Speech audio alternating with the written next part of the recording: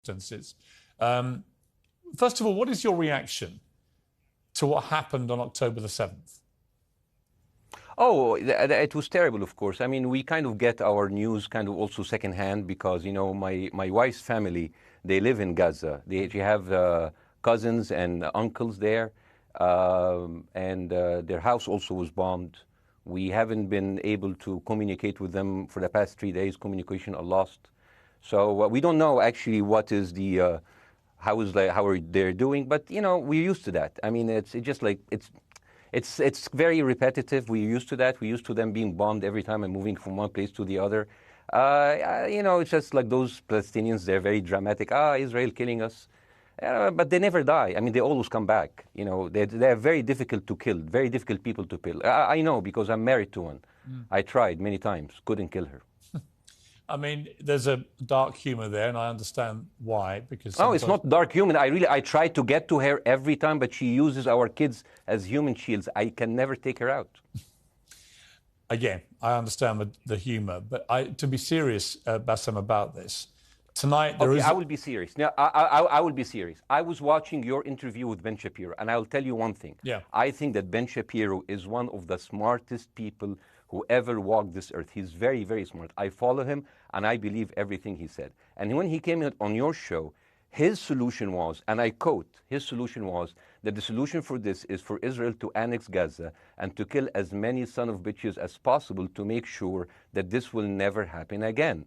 And anyone who called for a ceasefire will be a terrorist sympathizer. So God forbid, I don't want to be labeled as a terrorist sympathizer. So I agree with Ben Shapiro. I think we should kill as many son of bitches as possible. Well, let me, so okay, far, but Bassem, let me...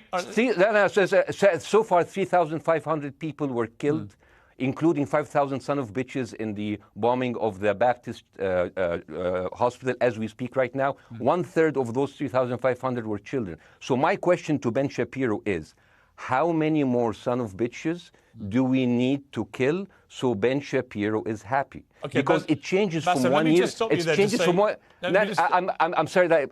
Listen. I'm really at a disadvantage here. I'm looking at a camera. I don't see you. I can hear you on my ears. The reason I'm interrupting so is I think you might be. I think you're conflating different interviews with Ben Shapiro. He didn't use the phrase "sons of bitches" with me. Let me play to you what he actually said on my show. He did. Go back to your interview. No, he didn't. That was another interview. But let me play what he said to me here. Well, frankly, I don't believe in proportionate response to terrorism. I believe that the way that you stop terrorism is with wildly disproportionate response. That doesn't mean in terms of targeting civilians. It means in terms of killing as many terrorists as humanly possible and allowing them to dictate the terms of engagement by hiding behind civilians in areas that they are supposedly responsible for means that the only option for Israel is to surrender to Hamas's hatred of its own citizens, its willingness to use its own children as human shields. No country worth its salt could ever do that. Now, that is substantively different to what you said he said, right? He's talking there but specifically about Hamas terrorists. I agree with him. The thing is, the question is, what is a proportionate response? Because it has been different from one tier to another. So if you look to this graph, for example, this is the death of Israeli and Palestinians, and it's changing from one year to year. It's like fluctuating like crypto. So my question is today, what is the going rate today for human lives? I mean, 2014 was a great year for Ben Shapiro. 88 Israelis were died, and there was 2,329 Palestinians killed on the other side. That is one Israeli for 27 Palestinians. That is a very good exchange rate. What I'm saying is, what is the exchange rate for today? You guys will be happy. That's my question. Well, it's not me, guys. I'm not on either side. No, not you. Like when I say you guys, I say like the people on the other side of that. I know that you don't think like that, Piers. You're one of the good guys. But let me tell you something. I mean, the reason that I'm using this is that, I mean, I can't remember what happened in 2014, and there was no music festival, but there must be something. I mean, they must do something. It is their fault. It has to be something. I mean, 2018, 300 Palestinians died. Who's counting, you know? So the thing is, what my question is, let's find what is the exchange rate for human life today so we expect the future death of Palestinians and will be happy to it. My response to that would be this, Bassem. I've thought carefully about this because I think it's very tricky for people like me to immerse ourselves into a conflict where we're not directly involved. And I thought carefully about what I feel about this. I feel that the scale of what Hamas did on October the 7th supersedes anything else I've seen in this conflict, really ever. The savagery, the butchery, the slaughter of 1,300 people, the shooting of babies, the 100%. Kidnapping of grandmothers, and so on. So if we can agree on that, which I think is inarguable, then the question then becomes, again, about proportion. I don't disagree that there's been a lot of bad stuff on both sides going back historically for decades. But if we agree that this was on a different level altogether, quite deliberately by Hamas, designed to provoke... No, here's my question. Let me ask you a question. And the question, because you raised it earlier about proportion. I honestly don't know what the proportionate response is. I honestly don't. I don't. I've been watching the airstrikes this week thinking... So what's your question? Well, I would ask you, if you were Israel, what would you... If I was Israel? If you were Israel and that had happened to you, what would you think would be the appropriate way for the country to respond?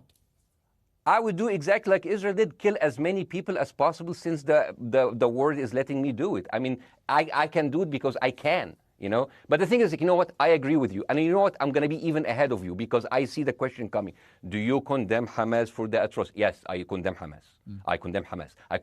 Hamas is the source of all evil. They're a reason for everything. And you know what? Let's, for a minute, imagine a world without Hamas. Right. What will this world look like? Let's give this word a name, and let's name this word the West Bank. Hamas has absolutely no control in the West Bank. And since the beginning of this year, only through August, 37 Palestinian kids were killed. No music festival, no paragliding, no Hamas. Since the occupation of the West Bank, 7,000 Palestinians were killed. No music festival, no paragliding, no Hamas. I can go on and on and on and on. No, but you don't need to, because in a way you're preaching to the choir. I've followed this crisis. Oh no, you're not preaching. So the thing is, like, in the sense that I know that what you're saying has validity. Of course, Piers. By the way, Piers. I am at a disadvantage here. I can hear you. I cannot see you. I am in a claustrophobic room, and so please cut me some slack and don't interrupt me and interrupt my points. Sure. So, because this has to be fair. Understand. Because if you want to only hear your opinion, I can just condemn Hamas and go home. I can do that. So, do you want to do that, or do you have a much more nuanced conversation? No, I absolutely want to have a nuanced conversation. I wasn't aware I was interrupting you. I thought I was letting you speak. Amazing. So I would say I really applaud Israel for doing one thing that no military force in the world does.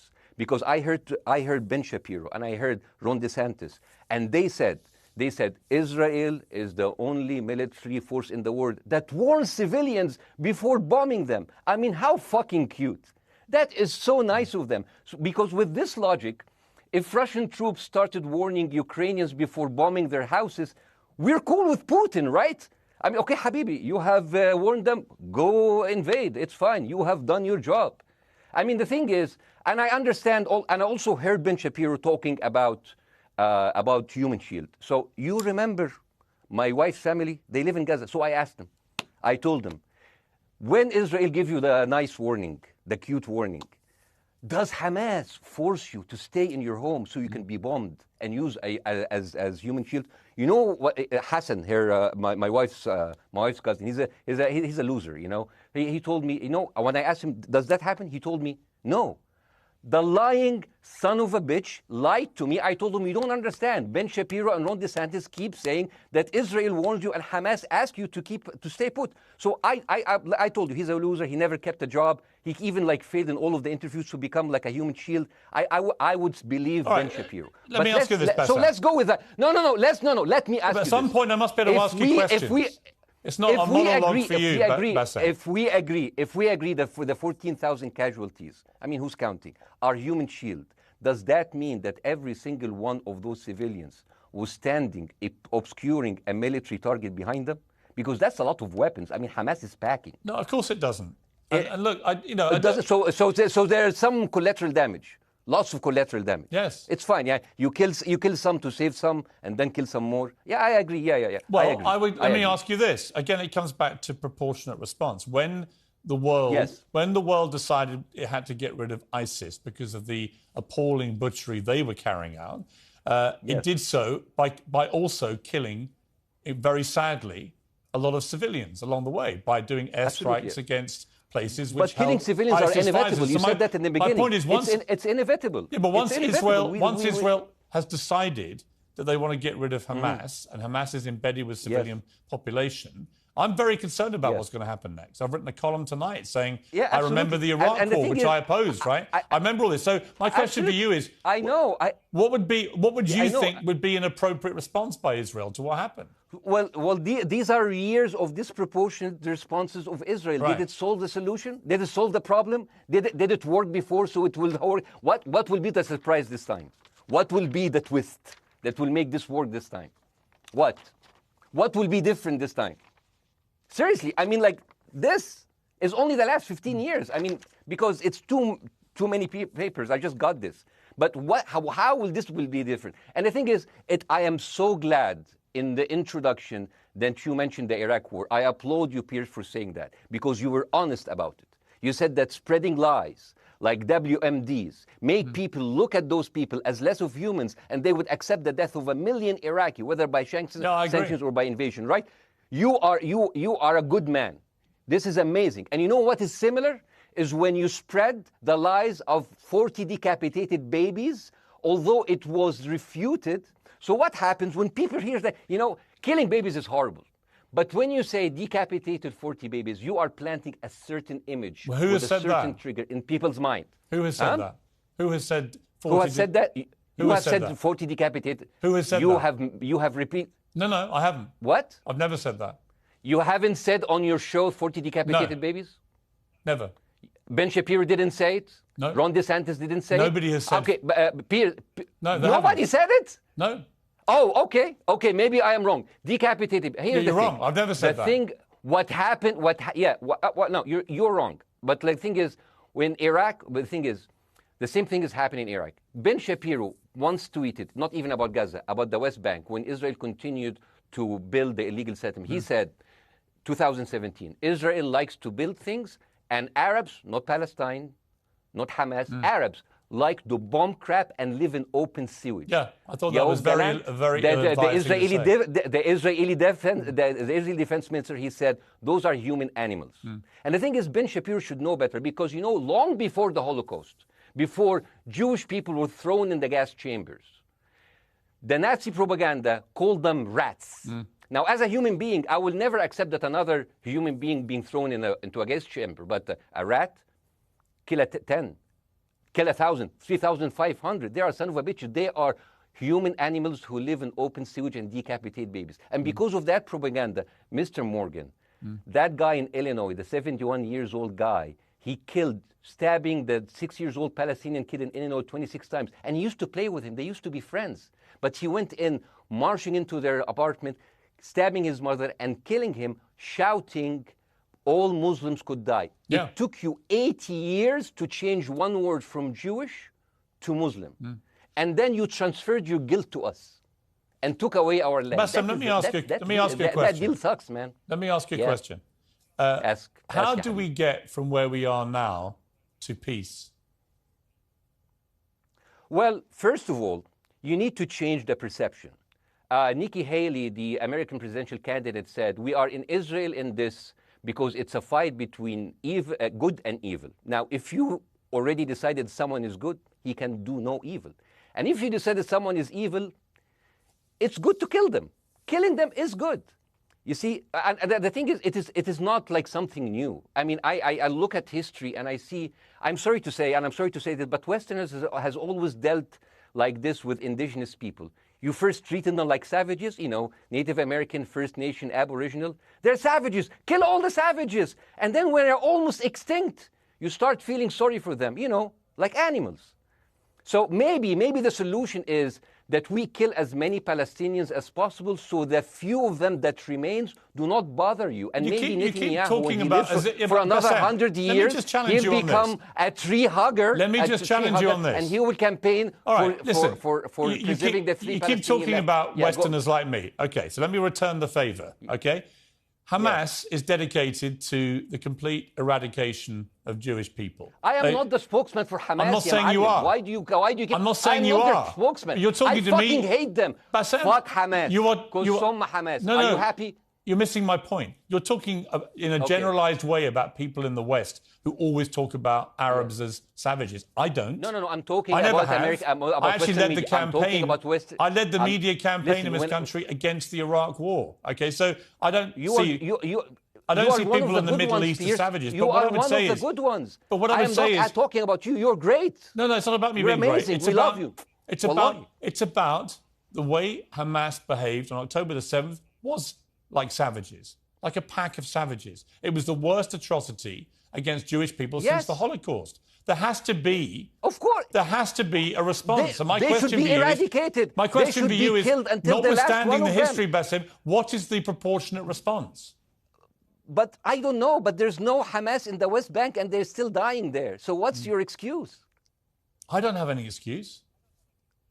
Okay, what's your explanation? Sorry, my earpiece went down. Listen, I don't make any pretense that this hasn't been a massive problem between Palestine and Israel going back to the mid-40s. We all know this, right? Piers, listen.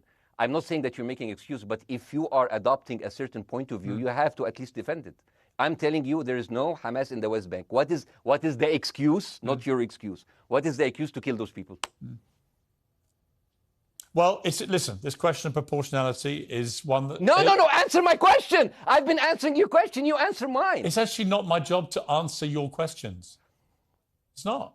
Okay, not your job. Not. I agree with you. I'm more interested in you, who has family in Gaza, who's an Egyptian in the Middle East, right? I'm more interested in what you have to say.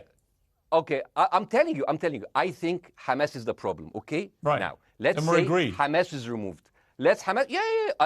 I'm agreeing with everything. You want me to condemn Hamas? I will condemn Hamas, Hummus, Hassan, everybody.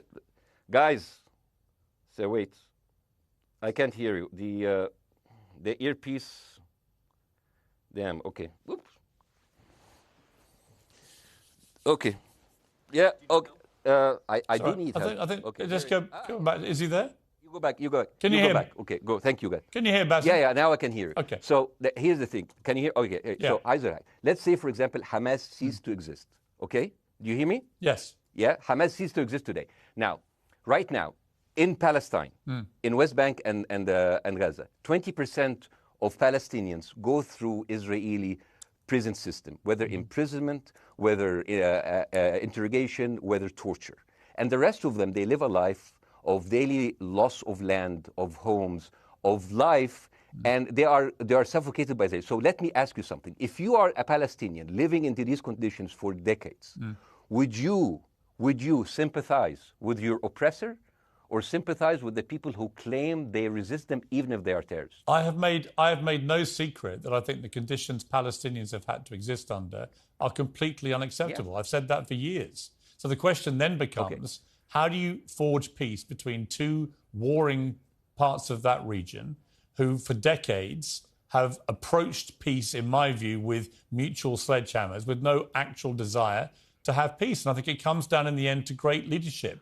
And I don't think there's great leadership. I don't think, well, hang on, let me make my point. I don't think there's great leadership on either side. Where is the Nelson Mandela figure here to come through all this hatred on both sides? Nelson Mandela? Yeah, where is that figure? Nelson Mandela actually have criticized Israel for being a horrible state. All of the South African activists have actually called Israel. My point is about how he responded to a country that was so divided is a template for how you get to peace, isn't it? I haven't met Nelson Mandela, so I wouldn't know. But there's a point. There's a very important point here. You know, I want to understand. What is the logic of Israel carpet bombing Gaza? I mean, if there's a logic, if this will make Israel safe, I want to hear the logic. So if they continue bombing, what are they hoping to achieve? Well, I think we know what their stated aim is. Their stated aim is to eradicate and wipe out Hamas. They believe Hamas are living predominantly in northern Gaza. They also are aware they're living amongst civilians. So it's an incredibly difficult thing. As I said in my monologue, it is very, very difficult to see how they do this without massive collateral damage. So if I can understand this correctly, basically Israel is doing this to pressure the Palestinian community in Gaza to turn against Hamas. Is that right? I'm sure that's part of it, yes. That's part of it. So this is exactly what terrorist organizations do, because terrorist organizations will have no chance beating a whole nation in battle. So they terrorize and they kill the civilians in order to spread fear and terror so they can turn against their government to change their policy or to resign. You have just compared Israel with ISIS. No, I haven't. I don't see any comparison between It's Israel going to be and the ISIS. headlines tomorrow. Piers Morgan, no, it's Israel not. is ISIS. Only amongst people who weren't listening. The comparison, which course. is more apposite, is ISIS and Hamas. They are both nihilistic Yes, terror groups absolutely. intent on killing as many Jewish people and others as they can possibly kill. And you know can't, what? you can't get peace with people like that.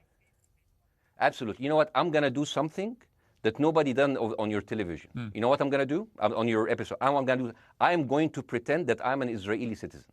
I'm going to put myself in the place of an Israeli settler in the kibbutz.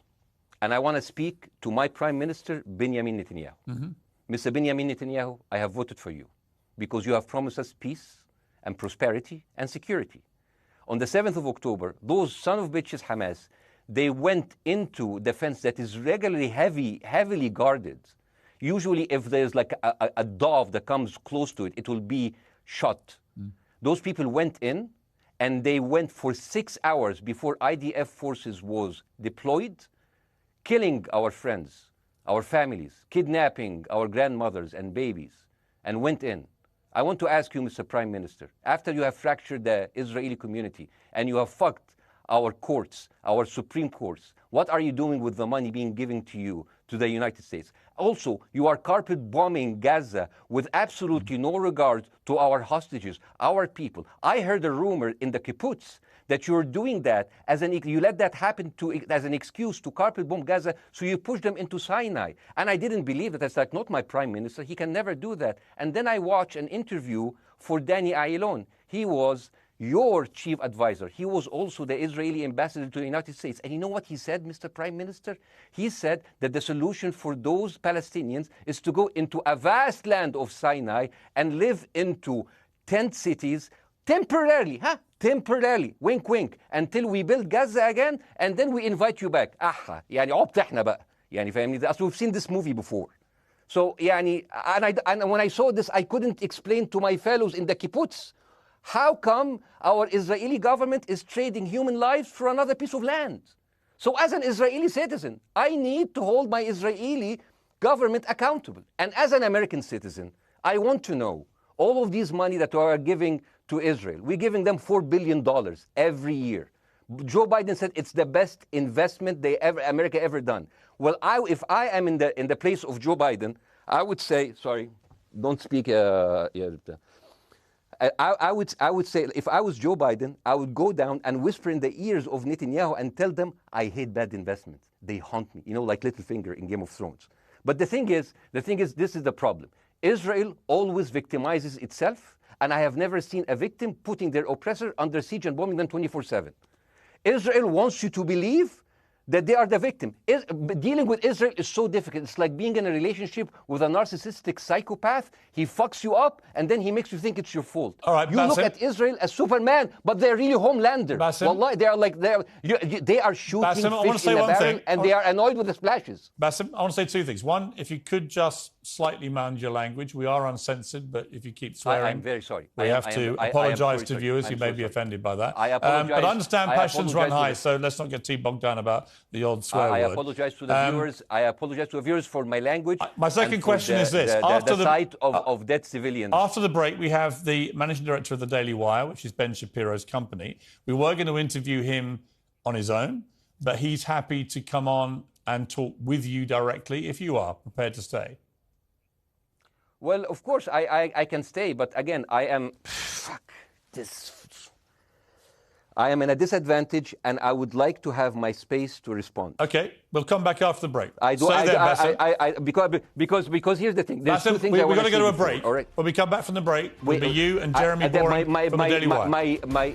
I have news. We're taking a short break, Bassem. I'll be back. Welcome back to Uncensored. For more on the situation in Israel, I'm joined now by the CEO and co-founder of the Daily Wire, Ben Shapiro, his partner, Jeremy Boring. Jeremy, thank you very much indeed for joining me. I'm sorry we demoted you earlier to mere MD. You are the CEO and co-founder.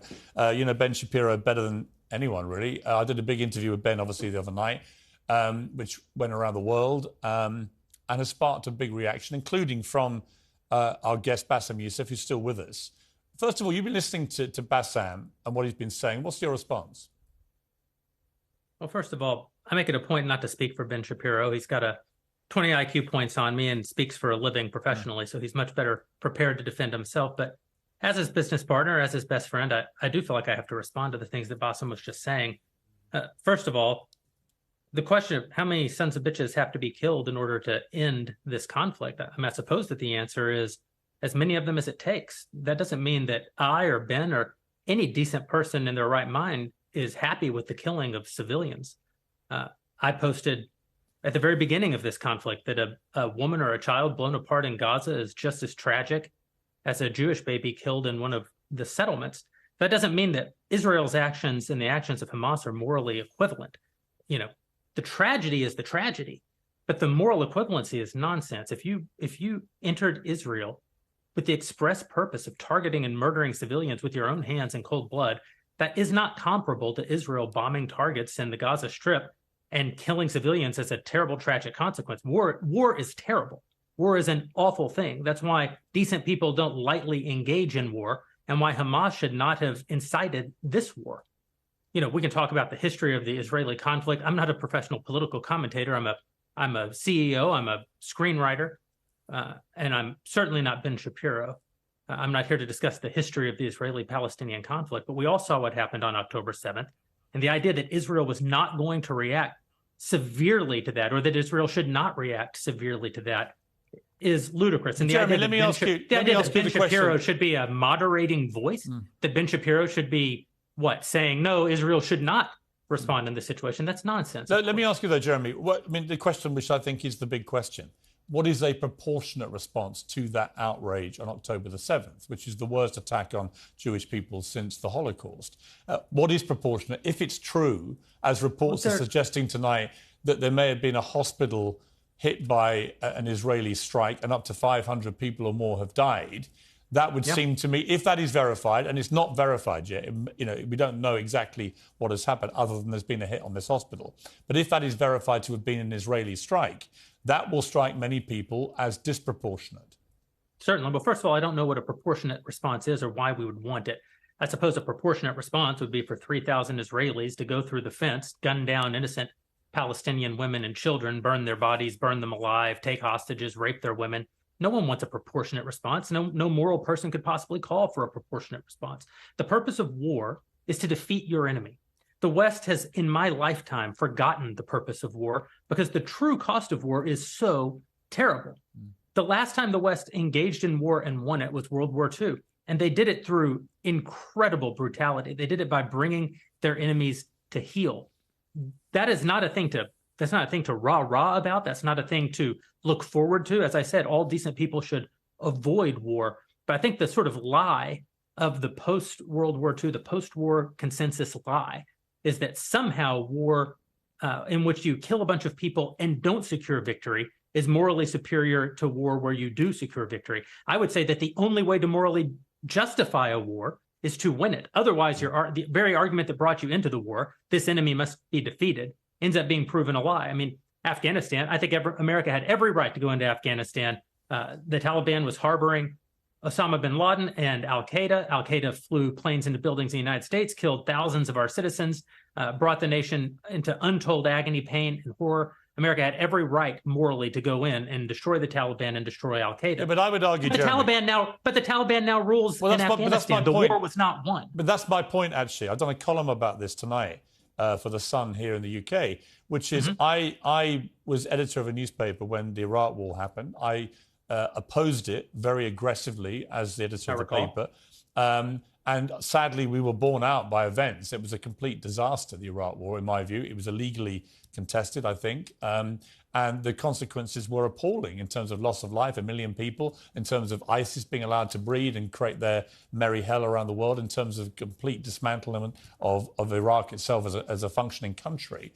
And I think Afghanistan, again, 20 years of attacking an enemy which is now running the country again, seem to me again to be kind of pointless. And I do wonder whether Israel, in its blind fury, which I completely understand, has thought through the consequences of actually launching a full air, ground and sea offensive into Gaza as to actually what happens at the end of that.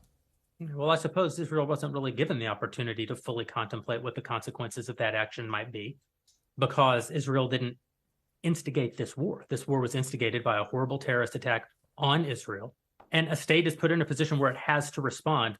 Now, one might argue that the very fact that Israel has yet to actually launch their ground invasion means that they are actually making a calculation about what the cost will be, what victory looks like.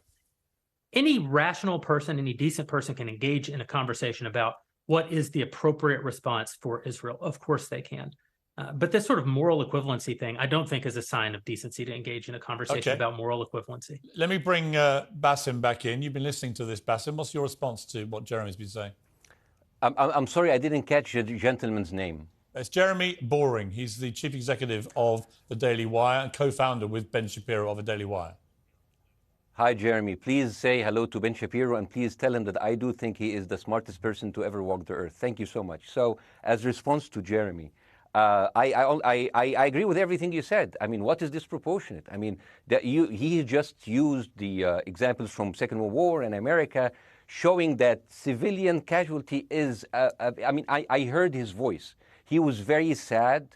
And as he was telling us, it is so inevitable to kill so many civilians because it's something that we cannot avoid. I hear the sadness in his voice. And I know that it's a very difficult decision to kill all of these civilians because that's for a higher cause. And I understand. But my question, I have two questions.